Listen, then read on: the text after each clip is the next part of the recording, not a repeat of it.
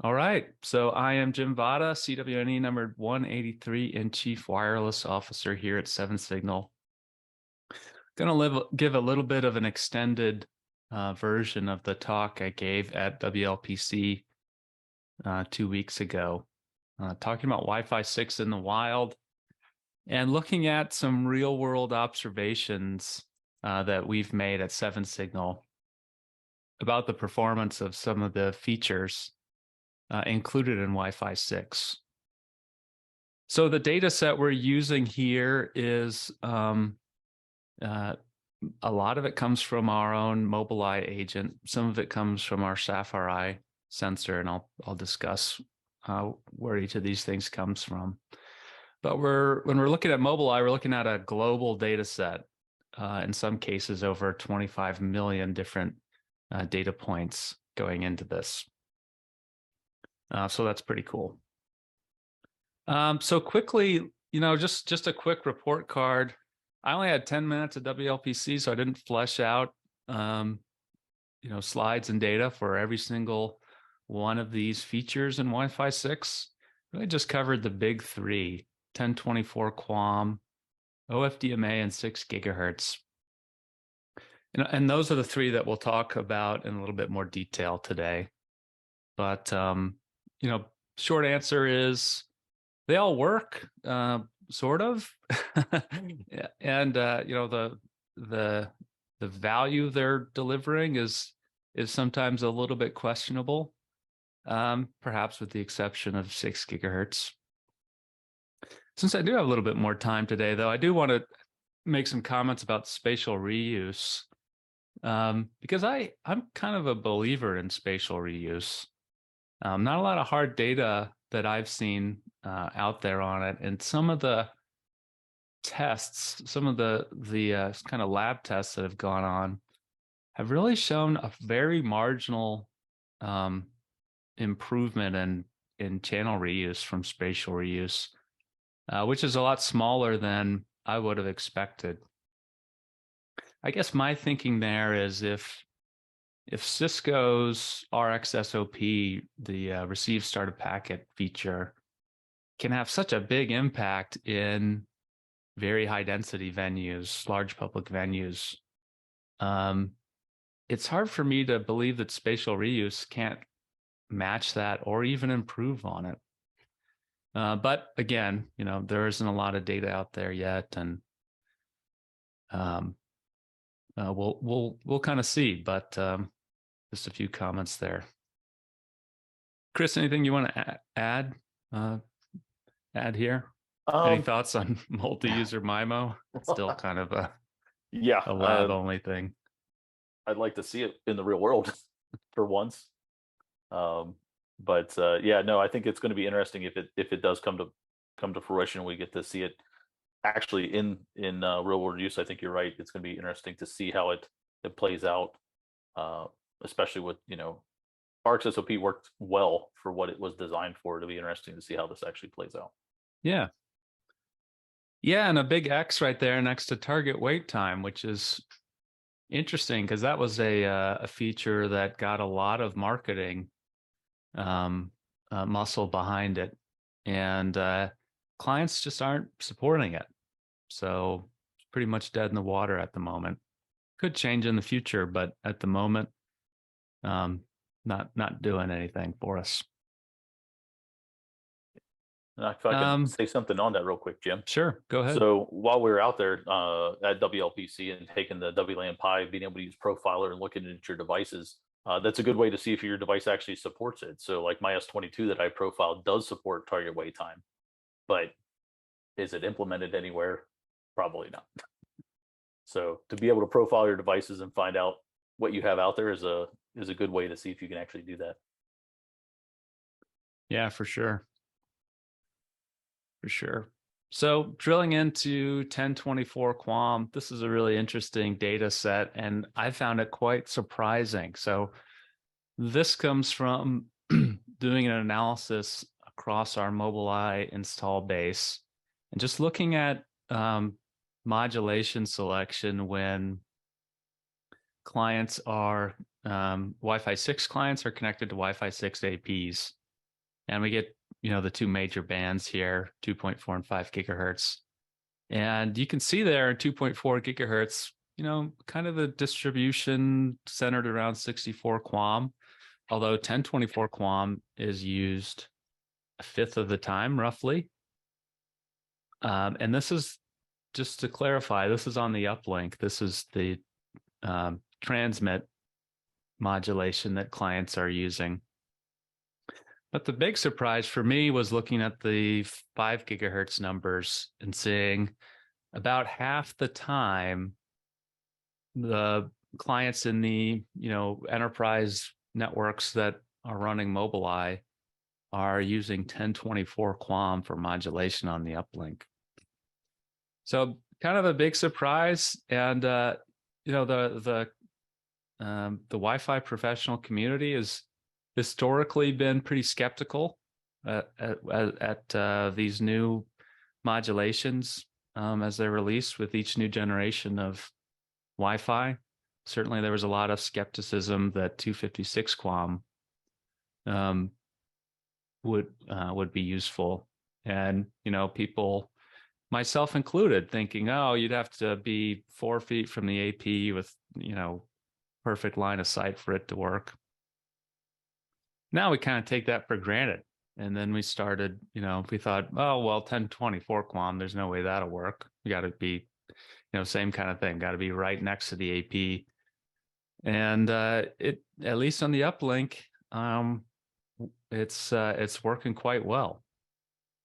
In fact, it makes me wonder, if half the time a client can transmit in 5 gigahertz with 1024 QAM, what part of that time is it bumping up against the limit of MCS 11, while if it had the opportunity to, it actually could shift higher and use 4K QAM with Wi-Fi 7. Some fraction of that is going to be useful for 4K QAM. So that was pretty interesting. So I want to talk a little bit more about this too. One of the things that I think makes us skeptical about these new modulation techniques are these constellation graphs, these charts that are a way of understanding the complexity of the signal that's being modulated. And just sort of intuitively, we look at this and say, oh yeah, 16 QAM. Very simple. I can make those dots out easily, but I can barely even see the individual dots on 1024 QAM. So it must be so complex and require so much precision that it's so impossible. But this isn't what it looks like in the air, and this is machine to machine communication, right? So let's not read too much into this. And another thing that leads to skepticism about these modulation techniques is actually the 802.11 standard itself, which publishes a set of this table. This is from 802.11ax of the minimum input receive sensitivity for each of these MCS rates, modulation, encoding combinations. And you can see there, 1024 QAM with 20 megahertz channel width. To get to there, you need at least minus 54 dBm. And that's, of course, that's going to be measured in a lab during hardware certification. So it's it feels like, yeah, this will never work. And of course, if we use wider channels, oh no, that never works. But I think these numbers don't really represent the true sensitivity of the hardware that's out there in the real world.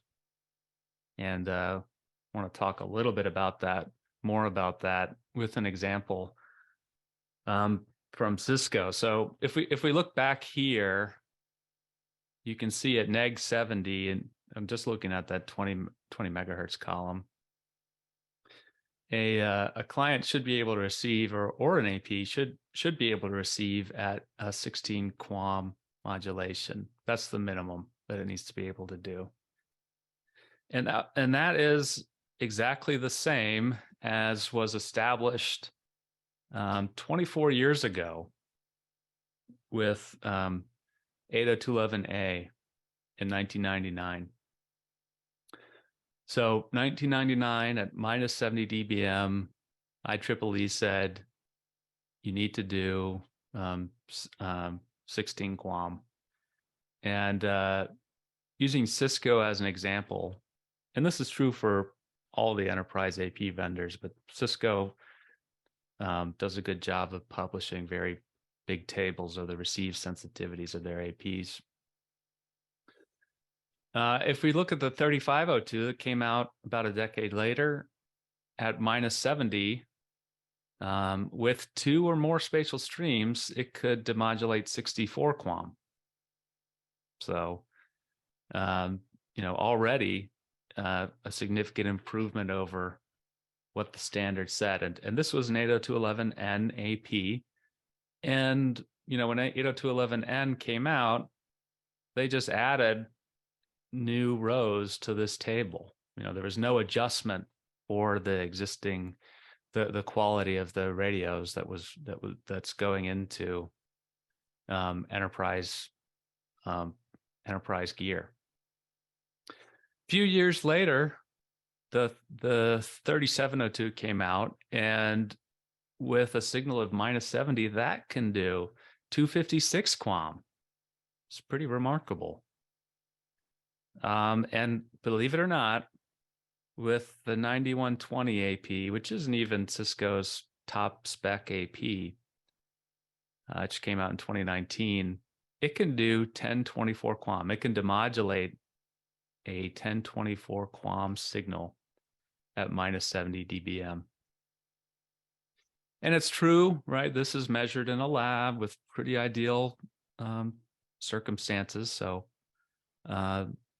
you won't necessarily see that in the real world.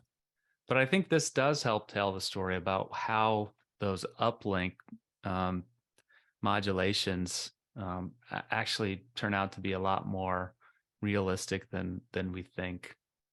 And perhaps, the standard, the minimum sensitivities in the standard are, kept pretty safe because makes it easy for people to make gear that actually, meets those requirements. So if we look at, if we stop looking at the uplink RSSI and look at the downlink RSSI, another way to look at this is not the same as looking at the AP sensitivity, AP receive sensitivity. If you look at the downlink RSSI that a client gets when it's at MCS 10, which is the threshold for 1024 QAM, if we look at that across those 25 million Mobileye samples again, it's minus 58 dBm. So if we do some rough dB math and think, well, our association edge is somewhere at, we want it to be minus 65 dBm. And if we're in 60 dB from that at minus 59, that's going to be about half the range of the access point. And we're just under that, minus 58. So, within about half, just under half the range of an AP's association area, clients are transmitting at MCS 10 or above. And that's, of course, using 1024 QAM. Another way to look at that is, what's the RSSI when we're at MCS 10 or above?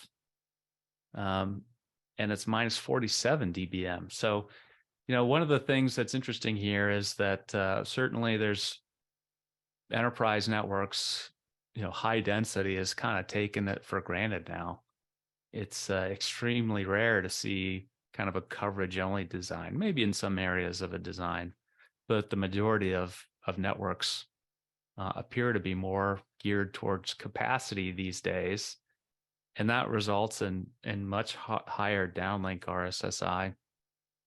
This again tells me that there will be some 4K QAM isn't a complete pipe dream. It will work at least part of the time. So that's a lot about 1024 QAM. It does work better than expected.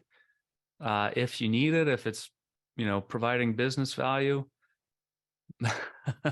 harder question to answer today, but it's not. I don't think it's causing any harm.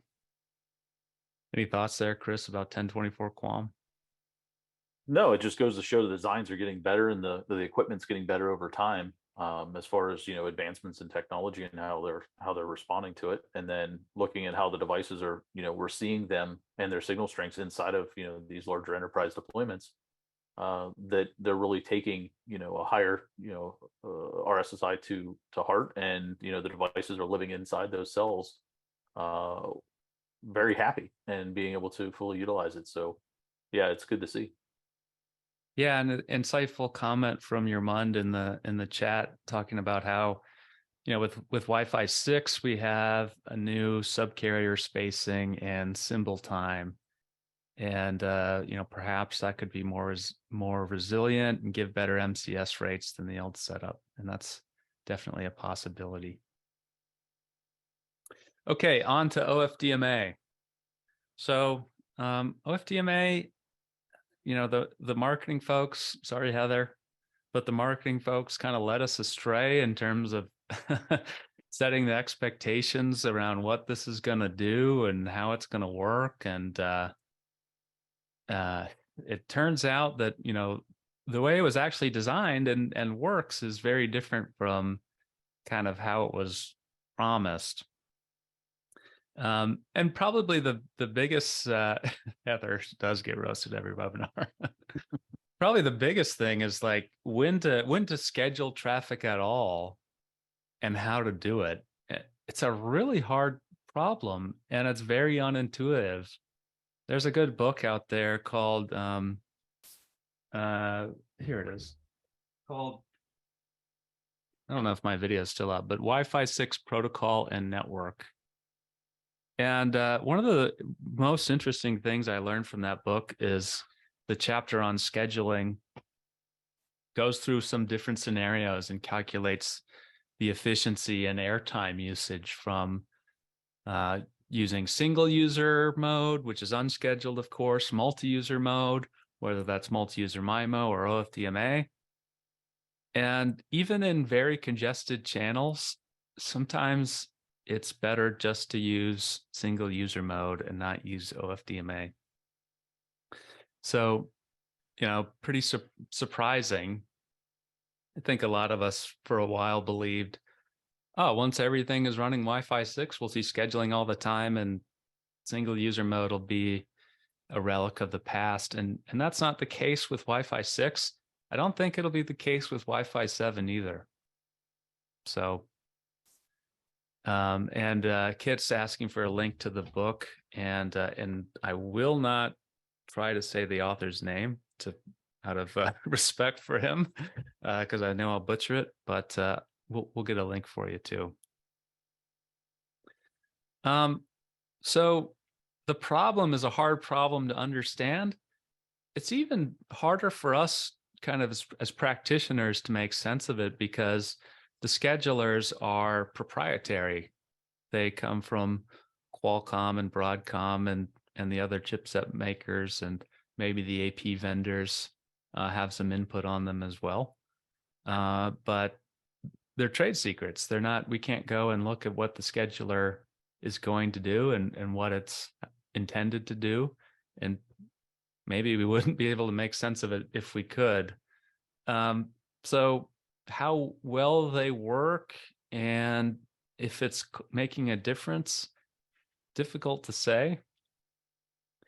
It's, when I think about this, I think a good use case for scheduling and OFDMA is looking at properly tagged voice traffic in a congested channel. And if you have enough Wi-Fi 6 stations, clients, that voice traffic should, be able to sustain a good MOS score, because the scheduler is recognizing that it's voice traffic and it's giving it priority and it's keeping the latency down and so on. And that's something that's more difficult in single user mode. When there's a very congested channel, voice traffic, even when it's properly tagged, can start to struggle. So something in the real world that OFDMA should help with. And looks like somebody got a link to the book, the Amazon link to the book in the chat. Thank you. But when we go and look, it's kind of a mixed bag. So these are graphs from Sapphire, our 6200 sensor that we just released can demodulate, of course, Wi-Fi 6 traffic. It can detect downlink and uplink OFDMA and measure the airtime utilization of both. And so it's good for looking at some of these examples, and that's kind of what I've done, is gone to customer networks. This is from a customer network that is majority Wi-Fi 6, of course, Wi-Fi 6 APs, but areas where most of the clients, if not all the clients, are Wi-Fi 6 clients, and looked for those areas or those periods when there's really busy channel, and looked for OFDMA activity and saw the Sapphire's own voice quality test. Use that to see how well things are going. So looking at this example, and this is kind of typical, right? There's elevated channel utilization with some big spikes. There's indication that some downlink OFDMA has occurred, and there may have been more while the Sapphire was listening to other channels that occurred. But when the Sapphire does its own downlink VoIP test, MOS score is not very impressive, and it's dipping below those, the threshold at which an end user is going to notice the degradation of voice quality. So I'd like it to be higher. Of course, we always like it to be higher. It's hard to say if OFDMA is helping or hurting. But there is no clear signal that things are getting better because of OFDMA. And I think one of the things that we like to say, or we've said over the years, is, well, the schedulers need to get better, and the clients need to, everybody needs to get together and sort this out, and the vendors have to sort out their scheduling, and clients have to work with the different chipset vendors have to, do all this work behind the scenes to make it, improve it. But, it's been 4 years since we've had Wi-Fi 6 operating in the enterprise, and it's kind of like, how much more time do they need? Maybe it's just not ever going to work, live up to the expectations we had for it. And I guess, I'll pause there and just see if you had any comments, Chris, before going on to 6 gigahertz. No, I think you covered most. The only thing I was going to say was when talking about OFDMA, and I keep thinking, and I haven't got a chance to go back and watch Peter McKenzie's troubleshooting of OFDMA that he did. If you have a chance, go out and watch it. It was absolutely phenomenal what it takes to capture all that stuff in the air. But the complexities with all that was there's certainly a challenge with it, and understanding what you're getting yourself into is well worth the watch for certain. So yeah, absolutely. That was a really good talk at WLPC. So just one slide on 6 gigahertz. just looking across the global install base of Mobileye. So looking on the client side, what we see in our own data is about 2% of the clients that are running Mobileye are Wi-Fi 6E clients that support 6 gigahertz. And we heard at WLPC numbers from 2 to 4%, I think, from some of the different vendors. So it's showing up here in the U.S. Now. I think the client install base is significantly ahead of the AP install base. Just my impression, and mostly led by Intel with the AX210 and 211 chipsets that have been out for I think 2 years now. So supply chain issues and PoE and switching requirements have kind of slowed down the Wi-Fi 6E AP deployments here, but they are definitely happening. And so maybe things are a little bit slower in Europe. Chris, I know you saw some numbers about Europe and what's going on there. Yeah, there was a pretty large event that happened over in EMEA while we're at WLPC, and I think some of the stats from that still said, of the 7 or 9,000 people that were there, only 500 or so clients, I think, were actually 6E capable, or 6E actually joined as 6E clients on the network. Yeah. Yeah, I think there's still an adoption to come, and I think you're right.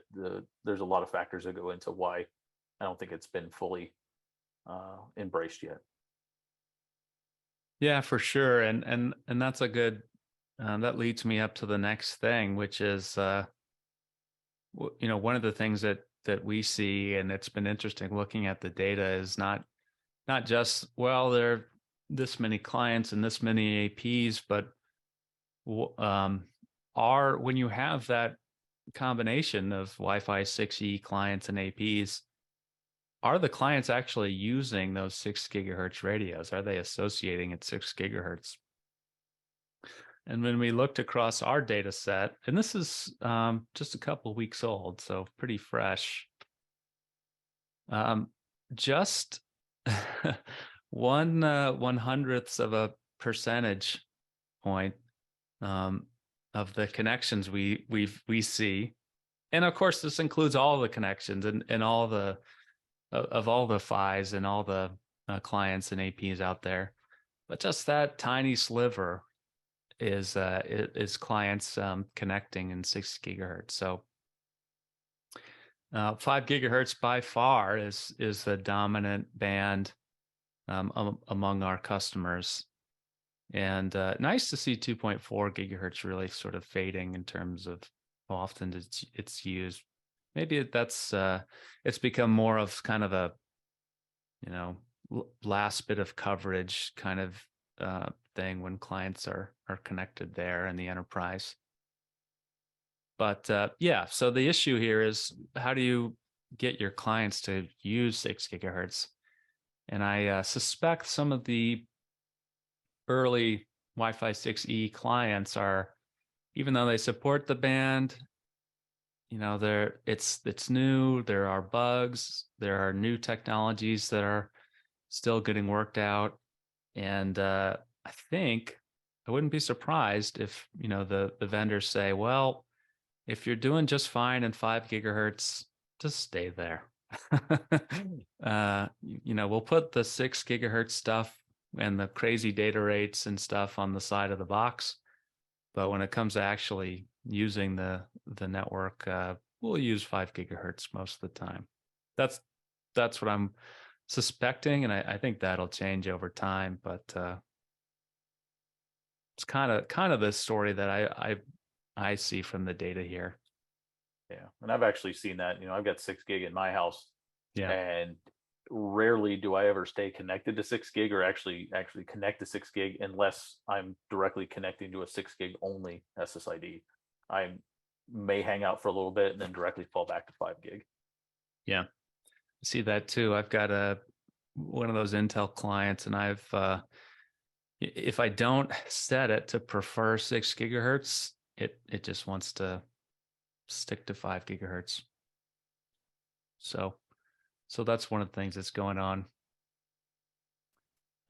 So that about wraps it up for the data, and maybe we can jump into some Q&A for a couple minutes, and then bring Eric out of his hiding. Awesome. Great. Well, lots of comments, and we do have some questions here. Gotten one from Nick Smith. It looks like we've got a situation. So, okay, the AP model that we currently deploy in our environment recently passed its end of sale and last shipping dates. So we are looking for the next AP model to standardize on. Obviously, this will be a Wi-Fi 6 AP. When assessing the technical capabilities of a candidate AP model, what features do you think represent value for money, and which ones are more marketing hype? Yeah, that's one of those that could be a whole webinar, how to select enterprise APs. I kind of threw some shade on Wi-Fi 6 today, but there's no question that if I was in the market for an AP refresh, I'd buy the latest technology.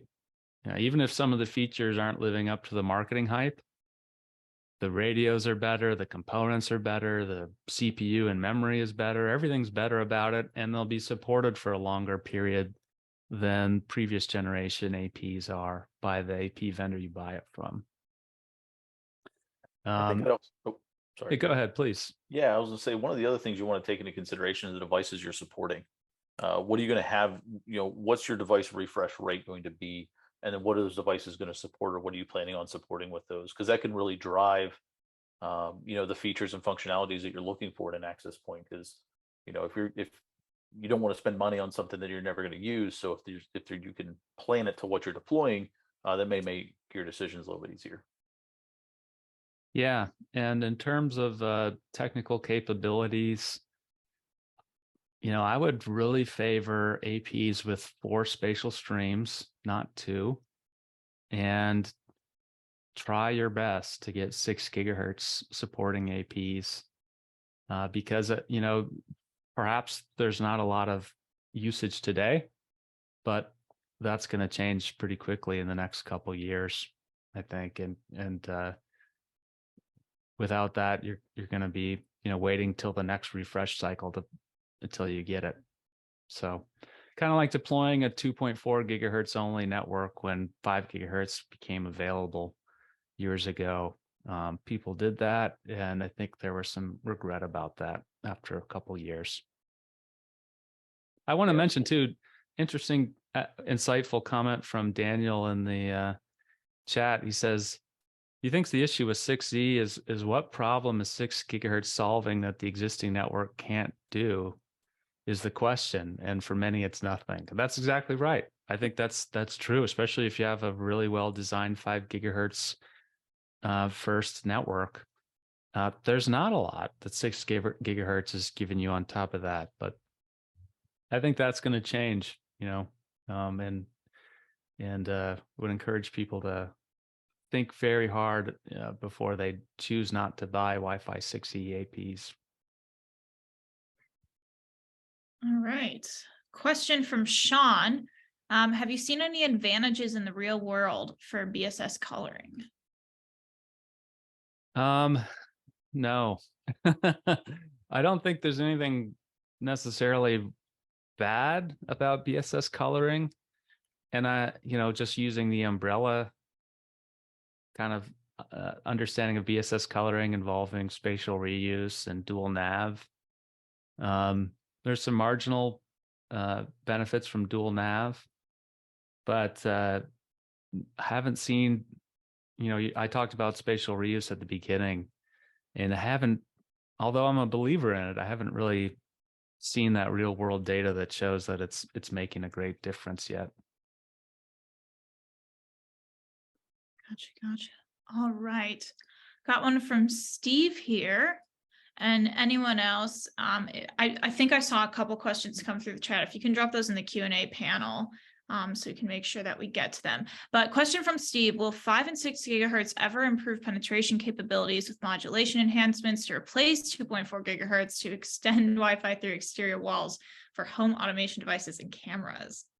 Well, I like this question because I actually think the solution is not to go higher up into 6 gigahertz. It's to go lower into 900 megahertz. And that's what 802.11ah is doing, Wi-Fi Halo, and it's fast enough to support video cameras. In fact, the very first Wi-Fi Halo video camera was released in the last couple of weeks. So go check that out and see if that's a good solution for you. Awesome. And we have one more, and I apologize for any mispronunciation of your name. Thuy Vu. That's my best try. So how does the AP or client, assuming both support 6E, determine if connection is to be on 5G or 6E related to RF parameters that play a role in this? Yeah, it's it's up to the client to decide, as always, what radio it's going to connect to. And now it's got an even more difficult decision: 2.4, 5 gigahertz, or 6 gigahertz. And we know for a long time clients were really bad at choosing 5 gigahertz versus 2.4.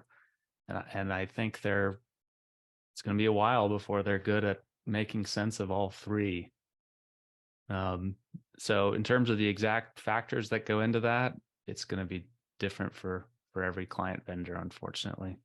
Yeah, I think we could do an entire segment on 6E and getting devices to connect to it with reduced neighbor reports and everything else that have to be enabled to get that to function. So, but yeah, it's all of the client. Yep. Awesome. Okay, well, I think that does it for our Q&A, which means that Eric, you are allowed to emerge from hiding from the shadows. There he is. I love the emerging too. The emergence. Okay. Wow. We're here. I can't believe it. It's been a long time, guys, but I'm glad to be back. It's that time, 7 minutes with 7 Signal, where we take a little feature inside 7 Signal, unpack it, and show you how it can have some awesome value. So without further ado, let me share my screen and show you what we have in store for you today. All right. Give me the thumbs up if you can see that. All right. All right, here we go, guys. So we're looking at a Mobileye system today, and I'm going to shoot on over to our device list here. And when I look at our device list, here is an example of a customer who has basically, if you look in the upper left-hand corner here, has installed Mobileye on 69,767 devices. Yowzer. Now, why did they decide to do that? Well, I'll tell you why. It's because they know that Wi-Fi, from the device's point of view, is highly important because these devices are performing mission-critical tasks where either time is money, or in the case of a hospital, maybe great connectivity means delivering awesome patient care. Okay, so they have it on 69,000 devices, which is totally cool. Now, going along the lines of today's topic today, how many of those devices are Wi-Fi 6 capable or Wi-Fi 6E capable for that matter? I mean, with 69,000 devices, it is hard to keep track of all of the different adapters and drivers and configurations. And so if we want to know if we're actually taking advantage of maybe our new Wi-Fi 6 investment in infrastructure, then it's important for me to see, okay, how many of my device population is made up of Wi-Fi 6 devices or 6E devices. So let's take a look at that. How do we do it? So we go here and we're just going to export this data. I'm going to go to the CSV file right here in the upper right-hand corner. What it's doing right now is it's compiling all of that information, and it's going to download a nice little CSV file for me in just a second. Okay, so let's now take a look at that. So I'm going to bring that up over here. Where did that go? It's somewhere. Here we go. Boom. There it is. It's loading up. And then what I'm going to do is I'm going to do a pivot table. Okay, so this is the data, and I'm going to do a pivot table. So first, let me just let my CSV file know that these are my column headings. I'm going to bold them. I'm going to underline them. Okay, and now what I'm going to do is I'm going to go to insert, and I'm going to go to pivot table, and I'm going to do it in a new worksheet, of course. All right, here we go. So we're going to select adapter. Okay, right there. Boom. Look at all of those adapters that are in my environment, guys. Yowzer. I bet you didn't know that there was this much variation. And that's important to keep track of as well. All right, now let's take adapter, and we're going to do that. And now look at that, guys. We've got a little bit of a count of all of the different versions of adapter that I have in my environment. Okay, so now what am I going to do? Now I'm going to insert a chart. Okay, so we're going to exit out of this and check this out. Okay, so now we want it. Where's my little chart button? Represent a, here's a pivot chart. There we go. And let's hit OK on that. Wow. Okay, guys, check this out. I'm going to make this bigger. Wow, this is awesome. Make this bigger like that. And let's see what we have. First of all, look at all of these different adapter combinations. And what I'm going to do is I'm going to mouse over the bars where there is a majority, like this one right here. I'm going to mouse over this. What is that? Oh, wow. Look at that. 17,776. Wow, there's something kind of patriotic about that. Of the Wi-Fi 6 AX201 adapter. Okay, what's in second place? What's this guy right here? That's also a Wi-Fi 6. That's the AX200, and I've got 9,400 of those. Okay, what's next on the list? Let's check out this guy. Ooh, that's a AC. That's an 8265. And then this one right here, that's a 9560, but that's also AC. So you see this, guys? By using Mobileye, I'm able to come in here, and in just a minute or two, I'm able to generate this cool pivot table where I'm able to identify out of the tens of thousands of devices that I have in my environment, which ones are kind of ready for Wi-Fi 6 and which ones aren't. So there you have it. That's what I have for you today. And I hope you learned something new. Awesome topic as always. Thanks, guys. And I know it's been a while, so you probably forgot, but I just want to remind all of you out there that while you and me, we can't see or hear Wi-Fi, but 7 Signal can. Thanks for joining us, everybody. Awesome. Thank you so much, Eric. Thanks to Jim and Chris for leading us through this session. And of course, thanks to all of you for being here. You know where we will be, same time, same place next week. We hope to see you there. Have a great rest of your week. Bye-bye.